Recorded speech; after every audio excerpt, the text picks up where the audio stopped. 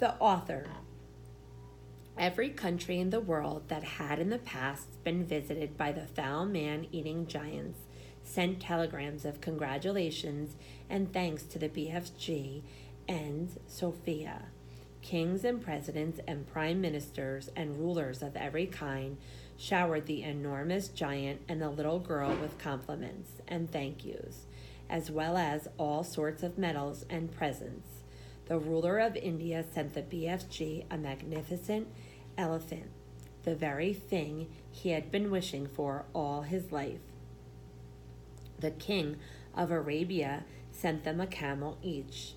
The Lama of Tibet sent them a llama each. Wellington sent them 100 pairs of wellies each. Panama sent them beautiful hats. The king of Sweden sent them a barrelful of sweet and sour pork. Jersey sent them pullovers. There was no end to the gratitude of the world. The Queen herself gave orders that a special house with tremendous high ceilings and enormous doors should immediately be built in Windsor Great Park, next to her own castle for the BFG to live in. And a pretty little cottage was put up next door for Sophia. The BFG's house was to have a special dream storing room with hundreds of shelves in it where he could put his beloved bottles. What is more, he was given the title of the Royal Dream Blower. He was allowed to go galloping off to any place in England on any night of the year to blow his splendid fizz wizards in through the window to sleeping children, and letters poured into houses by the million from children begging him to pay them a visit. Meanwhile, tourists from all over the globe came flocking to gaze down in wonder at the 9 horrendous man-eating giants in the great pit. They came especially at feeding time, when the snooze-cumbers were being thrown down to them by the keeper, and it was a pleasure to listen to the howls and growls of horror coming up from the pit, as the giants began to chew upon the filthiest tasting vegetable on earth. There was only one disaster.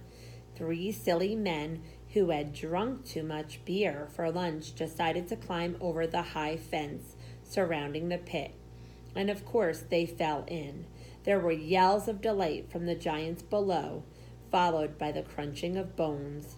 The head keeper immediately put up a big notice on the fence, saying, "It is forbidden to feed the giants," and after that there were no more disasters.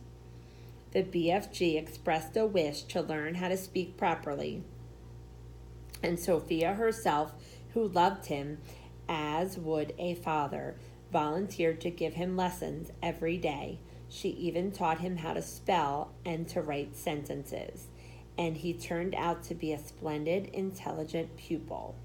In his spare time, he read books. He became a tremendous reader. He read all of Charles Dickens, whom he no longer called dolls' chickens, and all of Shakespeare's, and literally thousands of other books. He also started to write essays about his own past life. When Sophia read some of them, she said, "These are very good. I think perhaps one day you could become a real writer."